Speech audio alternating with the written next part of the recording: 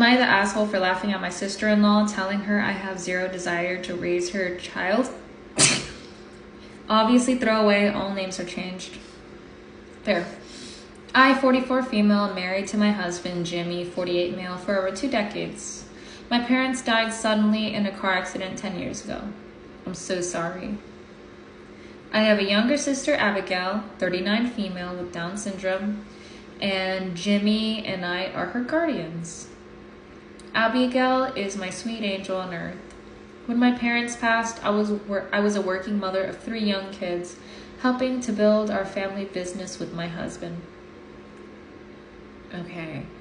I'm not sure how I'm feeling about this. This is starting to make me scared. At first, Abigail lived with us full time. Jimmy has always been by my side with her care and loves her to bits. After a few months, we realized that my sister needs more attention than we could give her. There was not enough time in the day. We discussed that it would be best for her and decided to put her in a private, full adult home for special needs people. Oh my God, it's very costly, over $10,000 a month. Yeah, that's expensive and comes from our own finances. The facility does offer all sorts of activities, field trips. She loves her home, her friends, and the special days the facility hosts. We are always stopping by to either visit, sign her out for a holiday to spend time with family, keep her overnight for special sleepovers with my kids, and she can take on every vacation with us. We never go more than 24 hours without one of us making sure she's okay. Okay. Now on to the issue. I have a sister-in-law, Jenny, 42, who had her first child after years of trying. She's become the typical first-time mom who believes she's invented motherhood and is openly opinionated about things she believes other parents fall short on. So she's that kind of mom. I mostly ignore her, and so does Jimmy. We hosted a barbecue at my house for Labor Day with my father-in-law and mother-in-law, Jenny, her husband, my baby, and my kids. Or the baby and my kids.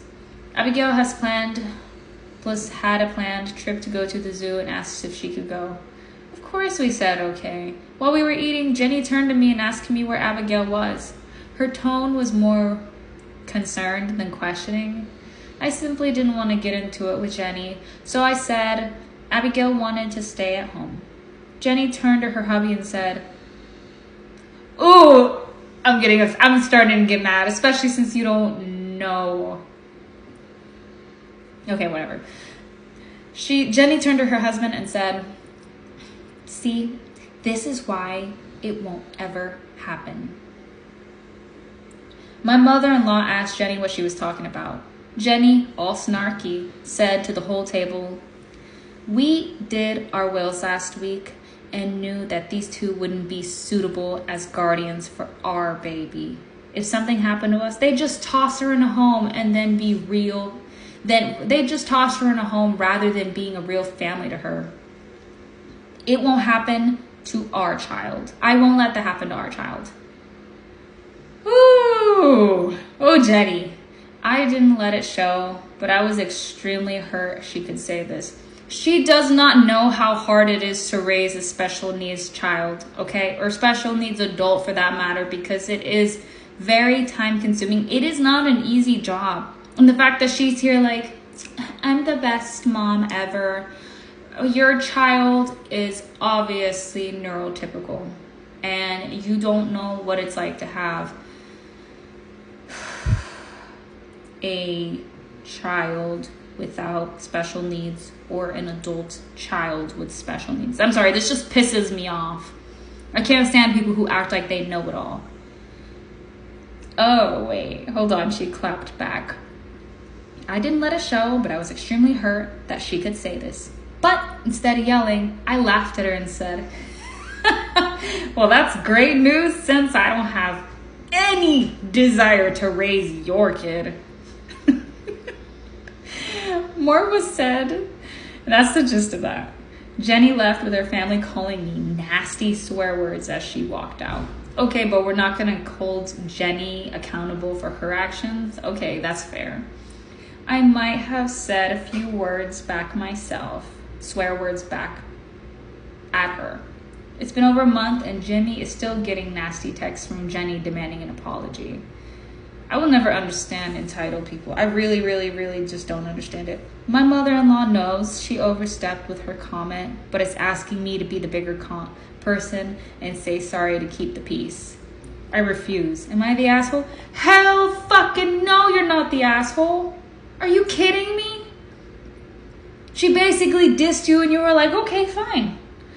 So she's basically like, I'm not going to ever let you watch my kid. And so the girl's like, okay, good. I don't want to watch your kid. And she's like, wow, you don't want to watch my kid? You owe me an apology.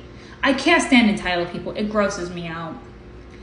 And then the top comment says, not the asshole. Jenny is a major AH. If she has actual concerns, she should have talked to you or her brother. If she had half a brain, she would see that something like that is a difficult situation, sometimes involves group homing. It's better sometimes for the family to have resources that the home can't provide the proper care for Abigail.